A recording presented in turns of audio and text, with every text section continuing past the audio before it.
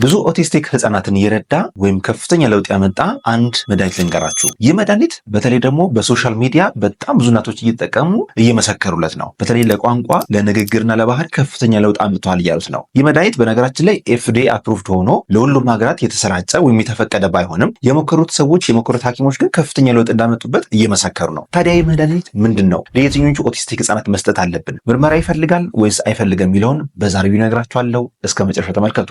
ሰላም ጤና ይስጥልን። ዶክተር ፋሲል ነኝ፣ የህፃናት ስፔሻሊስት ሐኪም ከብሩክ ኪድስ ልዩ የህፃናትና ታዳጊዎች ክሊኒክ። በዛሬ ቪዲዮ ስለ አዲስ መድኃኒት ነው የምናወራው። ስለ ኦቲስቲክ ህፃናት የሚረዳ በጣም ለየት ያለ መድኃኒት ነው። ይህ መድኃኒት በመጀመሪያ የተሰራው በ1948 ፕራይመር ላይ የተሰራው ደግሞ ኬሞቴራፒ ለሚወስዱ ነው። በጣም በሚገርማችሁ ሁኔታ ለሌላ አገልግሎት የተሰራ ሲሆን ሳይንቲስቶች ደግሞ ባገኙት አዲስ ጥናት መሰረት ሲሞክሩት ከፍተኛ ለውጥ አምጥቷል። እናቶችም በጣም ያመሰገኑት ይገኛሉ። ስለዚህ ይህ መድኃኒት እነግራችኋለሁ። እስከ መጨረሻው ቪዲዮ ተመልከቱ። ኒውዮርክ ፖስት ከአንድ ወር በፊት ትልቅ ዜና አስነብቧል።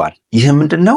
ሊኮቮሪን የሚባል መድኃኒት ለብዙዎች ኦቲስቲክ ህጻናት ለውጥ አምጥቷል፣ እናቶች እየመሰከሩት ብሎ ዜና ሰራ። ከዛ በኋላ በጣም ቫይራል ሆነ። ብዙ ሰዎች ማየት ጀመሩ፣ መሞከር ጀመሩ። ኢቨን ሳይንቲስቶች ተጨማሪ ሪሰርቾችን ማድረጉላ ጀምረዋል። እና በነገራችን ላይ ሪሰርቹ የተጀመረው ከዛሬ 5 ዓመት ጀምሮ ነው። ይህ ሪሰርች ምንድን ነው? ይህ መድኃኒት ሊኮቮሪን ይባላል። ሊኮቮሪን ትክክለኛ ስሙ ፎሊኒክ አሲድ ይባላል። የጤና ባለሙያዎችን ጨምሮ ሌሎች ብዙ ሰዎች የሚንተታባቸው 3 ኬሚካሎች አሉ፣ ፎሌት፣ ፎሊክ አሲድ እና ፎሊኒክ አሲድ። የእነዚህ ልዩነታቸው ምንድን ነው? አሁን ነግራቸዋለሁ። አንደኛ ፎሌት የሚባለው ነገር ተፈጥሯዊ የሆነ ቫይታሚን ቢ አይነት ሲሆን ከቫይታሚን ቢዎች ቢ9 ይባላል። ቫይታሚን ቢ9 ወይንም 9ኛው የቫይታሚን ቢ ዝርያ ማለት ነው። እስከ 12 አይነት አለ። በነገራችን ላይ ቫይታሚን ቢ ከ1 ጀምሮ እስከ 12። ይሄ ቢ9 የሚባለው ፎሌት ይባላል።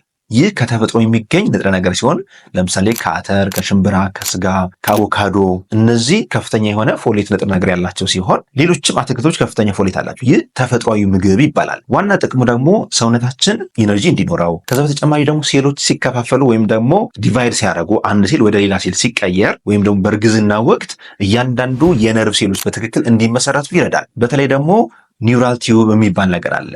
በተለይ በመጀመሪያዎቹ 4 እስከ 6 ሳምንታት የሚመሰረት ስፓይናል ኮርድና ጭንቅላትን የሚመሰረት ወይንም ብሬን የምንለው ዋናውን ክፍልና ስፓይናል ኮርድ የሚመሰረት ኒውራል ቲዩብ የሚባል ነገር አለ። ይህ ኒውራል ቲዩብ በትክክል ከተዘጋ በትክክል ጭንቅላትንና ስፓይናል ኮርድን ወይንም ብሬንና ስፓይናል ኮርድን ይመሰረታል። በትክክል ካልተዘጋ ግን በምስሉ ላይ እንደምትመለከቱት እንደዚህ አይነት ችግር ያስከስታል። ይህ ስፓይና ቢፊዳ ይባላል። ስለዚህ የፎሌት አስፈላጊነት በጣም የሚያስፈልገው ከእርግዝና በፊትና በእርግዝና ወቅት ነው። ቢቻል ማንኛውም እርጉዝ እናት ገና ጽንሷን ከማውቋ ጀምሮ ቢቻል ደግሞ ከእርግዝና በፊትም ፎሌት ወስዳ ወደ እርግዝና ብትገባ ይመከራል። ይህ ዋና ምክንያቱ ምንድነው? የጭንቅላት ሴሎች በትክክል እንዲመሰረቱ፣ ስፓይናል ኮርድ በትክክል እንዲመሰረት ስለሚረዳ ነው። ስለዚህ ይህ ፎሌት ይባላል። ሁለተኛው ደግሞ ፎሊክ አሲድ ይባላል። ፎሊክ አሲድ ማለት የፎሌት ሲንተቲክ ፓርት ወይም ደግሞ ሲንቴሳይዝ ከተደረገ በኬሚካል እኛው በመድኃኒት የምንሰራቸው ከሆነ ፎሊክ አሲድ ይባላል። ከፎሊክ አሲድ እና ከፎሌት የትኛው ይሻላል ብትሉኝ ሁልጊዜ ተፈጥሯዊ የሆነ ፎሌት ነው መክራችሁ።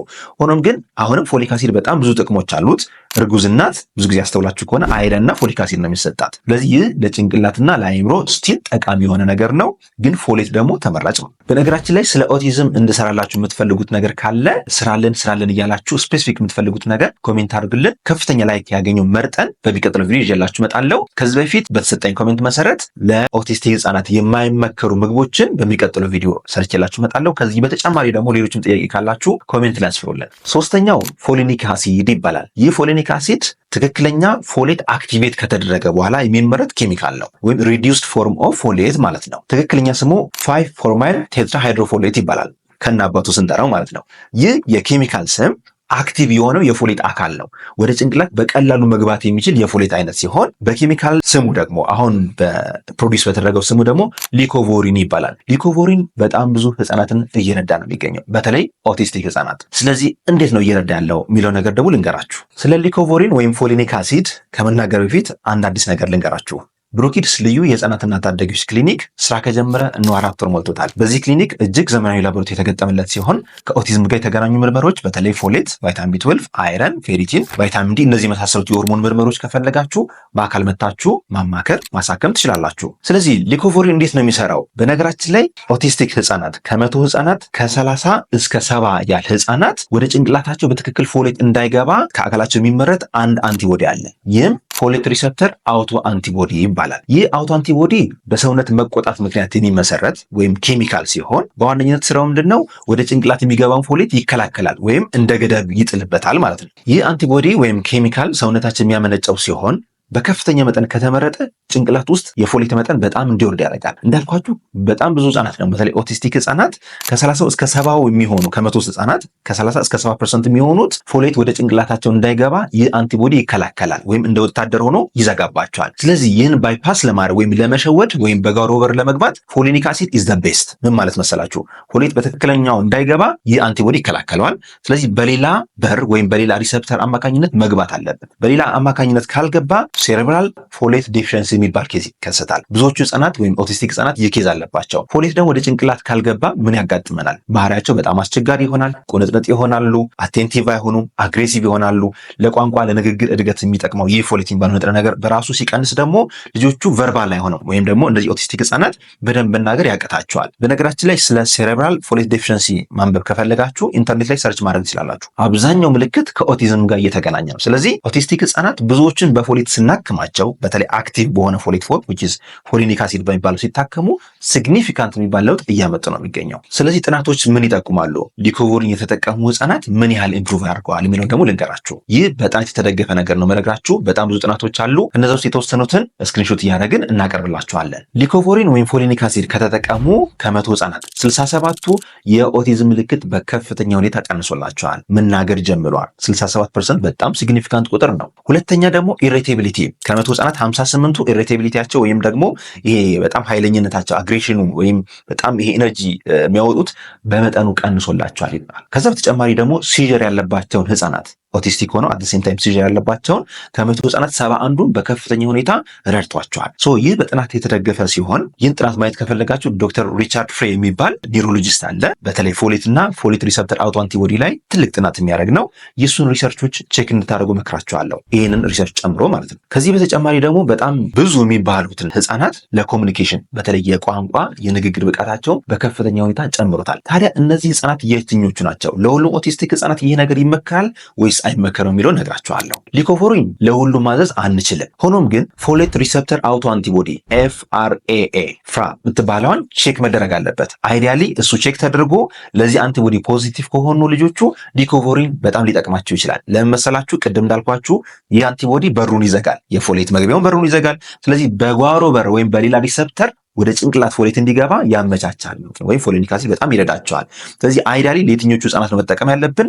ፍራት ቴስት ተሰርቶ የአማንት ፎሌት ሪሰፕተር አውቶ አንቲቦዲ ቼክ ተደርጎ ፖዚቲቭ ከሆኑ ይህ መድኃኒት እንዲጠቀሙ ይበረታታሉ። በተለይ አሜሪካ፣ ካናዳ፣ ዩሮፕ ያላችሁ ሰዎች ይህ ቴስት በቀላሉ የምታገኙት ነው የሚሆነው። በላቦራቶሪዎች ላይ ቼክ ማድረግ ትችላላችሁ። ፎሌት ሪሰፕተር አውቶ አንቲቦዲ ቴስት ወይም ፍራት ቴስት ብላችሁ ቼክ ብታደርጓችሁ ይነግሯቸዋል። እሺ ኢትዮጵያ ውስጥ ያሉትስ እንዴት ይሆኑ?